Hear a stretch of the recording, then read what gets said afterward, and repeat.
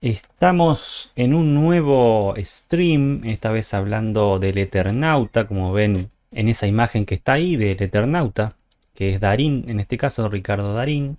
Antes de comenzar con el video propiamente dicho, lo primero es que obviamente, como la mayoría de las personas que está opinando sobre el Eternauta, me animo a decir que no han leído la historieta. Yo soy otro de esos, no he leído ni la historieta, ni el cómic, ni la novela gráfica, que es a efectos prácticos lo mismo. Por lo que la opinión no va a ir por ese lado, no va a ser desmentir qué es lo canon y lo no canon de El Eternauta. Por las opiniones que estuve escuchando sobre la serie, me parece que se habla más de la serie en sí y de la producción que de un purismo del Eternauta. ¿Por qué? Porque El Eternauta es una historieta que salió en 1957, la iban publicando semanalmente en una revista que salió del 1957 a 1959. Los autores son de apellido Oesterheld y Solano López. Esos son los apellidos. Solano López es el apellido compuesto del hombre. Y hay que decir que la serie no está basada en esta novela gráfica, para darle ese tinte más adulto. Está basada en la novela gráfica, no así respeta los hechos tal cual. Y lo que sí estuve averiguando es que en temas de año en que ocurren los hechos, fueron vivos, digamos, Oesterheld y Solano López, y no le pusieron una fecha específica. Por ende, cualquier reedición, digamos, de la historia, en este caso es audiovisual, se puede adaptar a cualquier año. En este caso, el de la serie es de la actualidad, ¿no? Pero bueno, como se pudre todo en tema de comunicaciones, no hay celulares. Así que es un poco, una actualidad sería un poquito más, una actualidad sin celulares, ¿no? Y con mucha nieve mortífera, que no la puedes tocar, básicamente. Y yo no les voy a mentir, estuve varios días oponiéndome, resistiéndome y siendo un salmón que va contra la corriente, como suele ser mi forma de ser y de pensar, ¿no? Y diciendo, mira, la están alabando demasiado esta serie, le están haciendo demasiado bombo mediático, la están promocionando demasiado como ninguna serie se ha promocionado antes, porque por lo menos en la capital, que es Buenos Aires de Argentina, había camiones promocionando con diferentes cascarudos, que después vamos a hablar de los bichos. O sea, bastante parafernalia, bastante cuestión publicitaria, bastante gente hablando en medios. Era muy esperada esta serie, ¿no? El Eternauta, yo creo que no mucha gente lo conoce. Quizás alguien, gente más de los cómics, obviamente que lo van a conocer. Gente más ligada a la cultura literaria sí conoce el Eternauta. Pero el ciudadano común argentino, por ahí si me estás escuchando de otro país, pocos conocen el Eternauta como historia, digamos. Quizás es más conocida internacionalmente que lo que se conoce acá, ¿no? De hecho, la ciencia ficción no es un género que se aborde mucho acá. O no hay muchas obras que uno diga, ya sea literarias o audiovisuales o del tipo que fuere, que aborden la ciencia ficción, ¿no? Acá la cultura, sobre todo del cine, proviene más de un cine más francés, tiende a, digamos, reproducir cuestiones de la vida diaria y no flashear aventuras de fantasía ni de ciencia ficción, que muchas veces van de la mano, ¿no? Muchas veces se las pone juntas cuando hay que hablar de esas historias, ¿no? Que es imaginar mundos, en este caso posapocalípticos o mundos fantásticos que no pertenecen al real, entonces se opone a esas cosas de la vida diaria. Pasamos entonces a la imagen número 2, que ahí está el Torino rojo, Darín está arriba. Pero bueno, lo que quería señalar es que, bueno, se nota una serie de mucha producción, de que pusieron plata y que por eso había mucha cuestión publicitaria. Darín acá está arriba del auto, pero también ha estado en otras películas muy importantes de Argentina, por eso yo también estoy un poco cansado de que aparezca Darín. No tengo nada en contra de Darín, pero siempre aparece en las grandes producciones de películas argentinas, el protagonista es él. Yo había notado acá, para no olvidarme, El secreto de sus ojos, película muy renombrada, aparece Darín. Relatos salvajes, aparece Darín. Argentina en 1985, aparece Darín. siendo abogado. O sea, muchos formatos de Darín. No tengo nada en contra de Darín, es un actorazo, debe ser el actor argentino, pero eso no significa que tenga que aparecer él en todas las producciones más importantes, ¿no? Es para mencionar otra cosa que me generaba tirria, no sé si saben, poco usada esa palabra, ¿no? Pero bueno, me generaba ahí como rechazo, era las típicas argentineadas. Yo escuchaba opiniones, ¿no? Que me decían, la serie es buena porque aparece la cancha de River, aparecen lugares icónicos de Buenos Aires en este caso, no de Argentina en sí, solamente de Buenos Aires donde pasan los hechos. Aparece el Torino, que por eso puse la imagen del Torino, que es un auto importante, digamos, para la cultura acá argentina. Tiene historia acá, que se fabricaba acá en Argentina, ¿no? Es como el auto de Argentina. Y que bueno, porque aparece un Torino o aparece una estanciera, que era otro vehículo muy recordado, una camioneta. Es buena la serie por eso. Entonces yo digo, no, ¿cómo va a ser buena por eso? Simplemente porque aparecen cosas típicas de Argentina. Porque juegan al truco. Porque putean hasta por los codos, como suele pasar acá, digamos. Obviamente que eso contribuye que para alguien que es argentino es algo muy cercano. Pero yo imagino que para alguien que no sea del país, es, no sé, mexicano, por ejemplo, hay que ver cómo le cae, digamos. Esas cosas no las va a percibir. Pero bueno, como es el Eternauta, obviamente el Eternauta tiene estas cosas. ¿Cuáles son las cosas destacadas? Obviamente me pareció buena, yo ya estaba enganchado, a la media hora ya me había liberado de todo prejuicio, estaba enganchado viéndola. Es una miniserie, son 6 capítulos de 40 y pico minutos, no es muy larga, la puedes ver en 2 días, 2 tardes, 2 noches, como quieras. Lo importante que me pareció, hay espacio para los silencios y se le da lugar a ese clima apocalíptico, un invierno, temperaturas totalmente bajo cero con una nieve mortífera, como decíamos, y obviamente que la cámara, o sea, la dirección va a estar un poco apuntada a eso. Y creo que estuvo bien, ¿no? Porque al menos a mí me gusta que se le dé espacio a ese tipo de cosas y en este tipo de producciones sí o sí, porque digamos que lo que importa es que el mundo está en problemas, ¿no? El mundo en el que se desarrollan los personajes está en problemas, entonces hay que hacer énfasis en eso. Después están las escenas de acción y de suspenso, son buenas, eso no me sorprende porque acá en Argentina tenemos mucho policial, hay muchas series y películas de ese estilo, entonces no me sorprendió que hubiera un buen manejo en ese sentido. Después pasando a la tercera imagen, que bueno, ahí se ve, ¿no? El espacio que le dan al clima apocalíptico, se ve el mítico colectivo, es para allá, el mítico colectivo allá bien a la izquierda, invento argentino, por cierto. Hablábamos entonces o mejor dicho, pasamos entonces a hablar de lo que es la mezcla de sonido, que creo que en este caso, no por la música en sí, sino que al final de cada capítulo aparece una música distinta, pero más allá de la música están los momentos de la mezcla de sonido para los momentos de tensión, momentos de efectos de sonido que están muy bien logrados. Y no se suele ver eso en producciones argentinas. Y esto es algo que se va a repetir a lo largo de las cosas que voy a marcar más adelante, porque es una producción que no se suele ver en Argentina, así de ciencia ficción. Y sobre todo que quede redondo, ¿no? Que no parezca una cosa, una parafernalia que tenga algún error por algún lado, sino que está bien terminado. Un producto bien redondo, acabado, digamos. Pasamos a siguiente apartado. Vemos ahí a 3 actores. Uno de ellos es Carla Peterson, que está en el medio, ahí adentro del vehículo. Tenemos entonces las actuaciones. Yo destaco, como vamos a ver a Darín en un montón de fotos, puse una en la que aparece Carla Peterson, que es esa mujer rubia de ahí. A mí me gusta mucho cómo actúa Carla Peterson.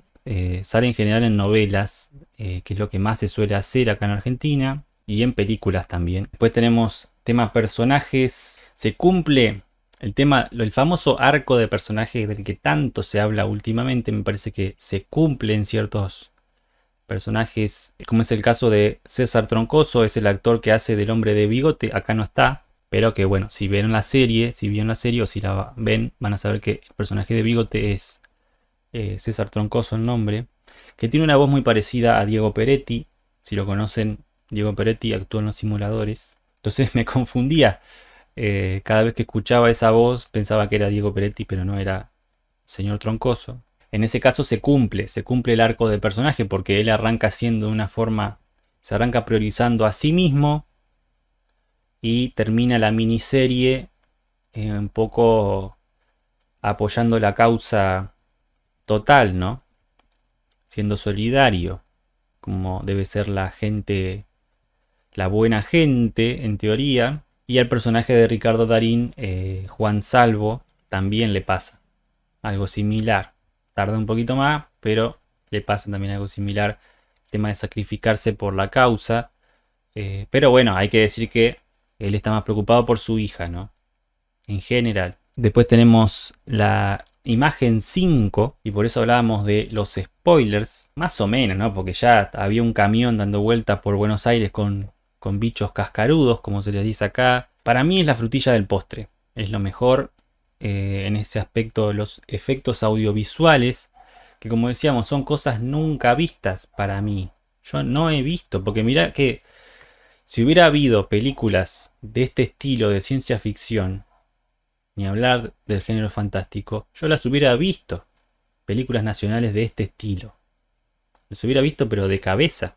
Por ejemplo, que hablábamos recién de Darín. Si hubiera una película, o sea, si no hubiese actuado Darín como Juan Salvo, obviamente nos vamos a acordar del actor que interpreta a Juan Salvo más adelante, porque va a decir, ah, mirá, el que dijo, el que actuó en El Eternauta.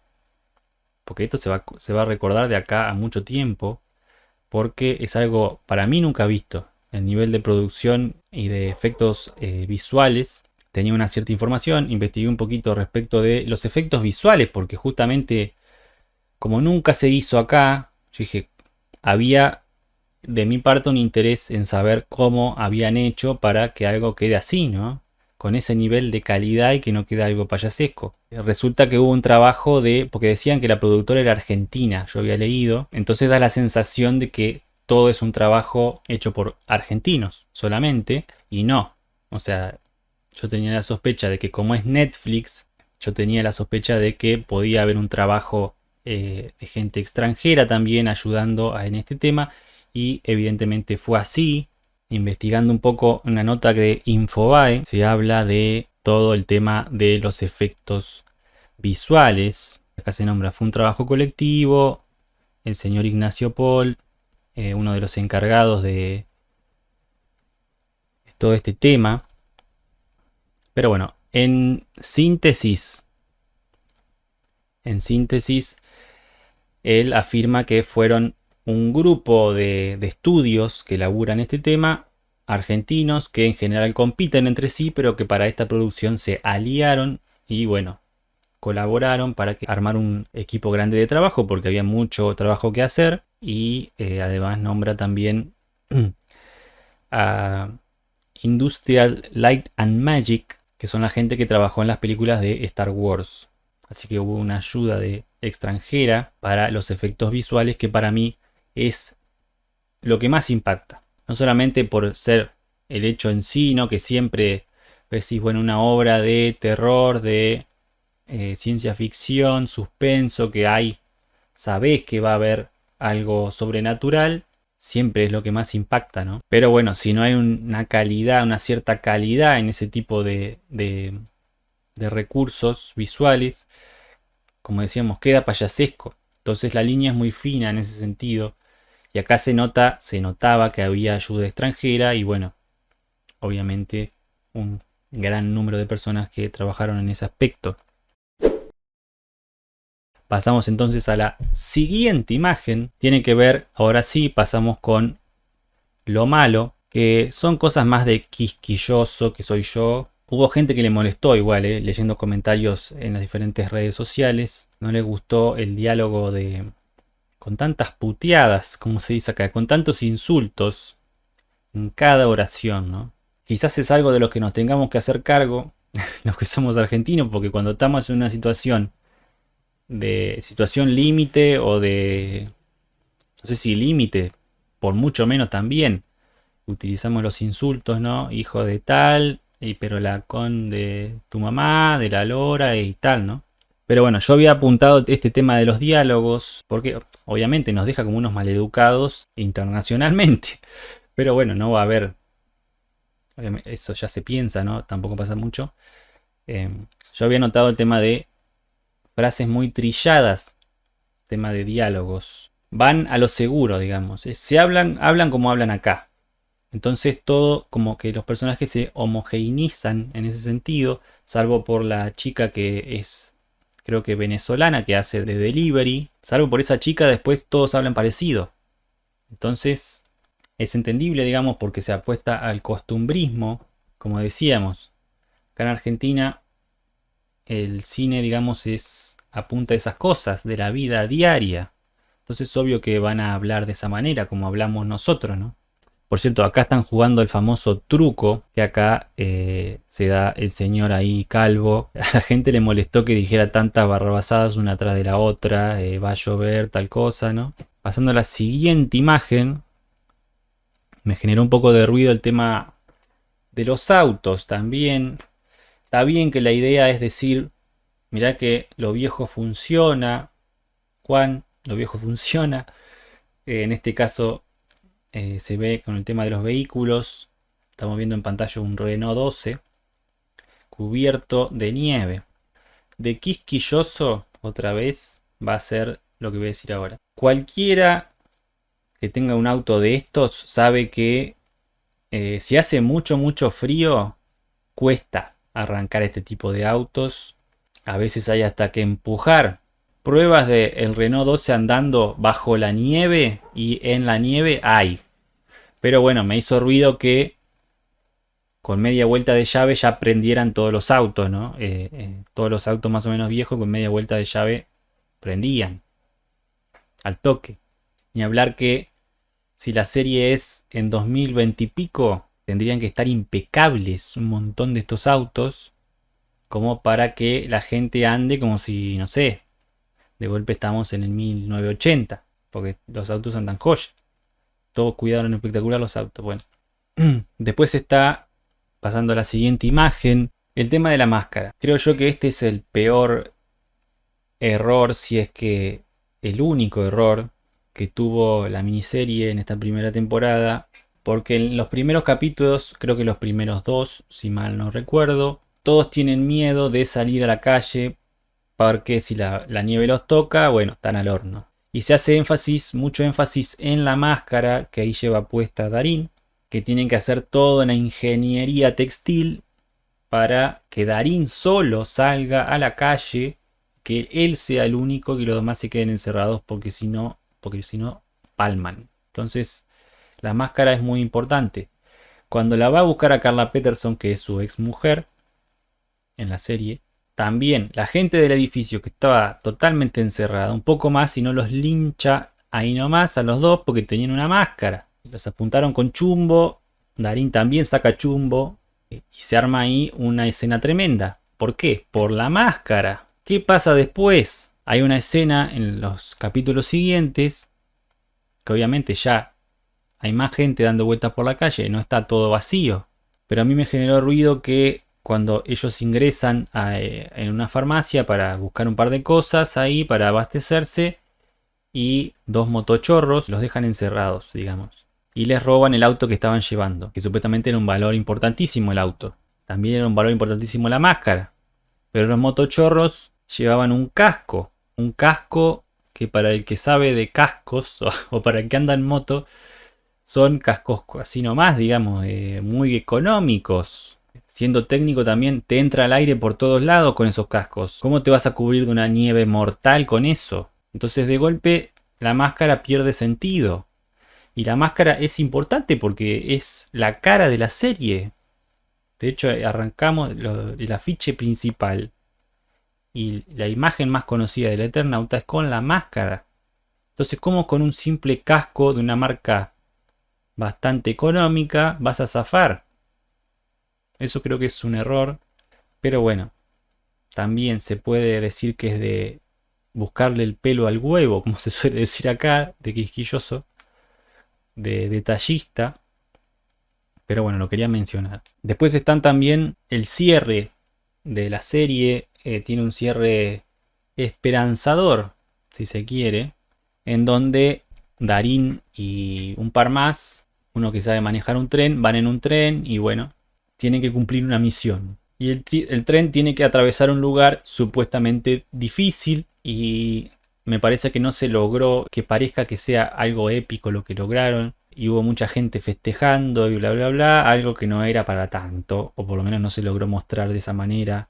Entonces me parece que la serie arranca pack arriba, al tope de gama sería, y a lo último cae un poquito. Antes del final cae un poquito, en mi opinión.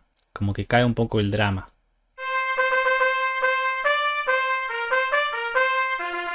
A mí la serie me gustó, como vengo diciendo, es una muy buena serie, pero no me voló la cabeza, sinceramente.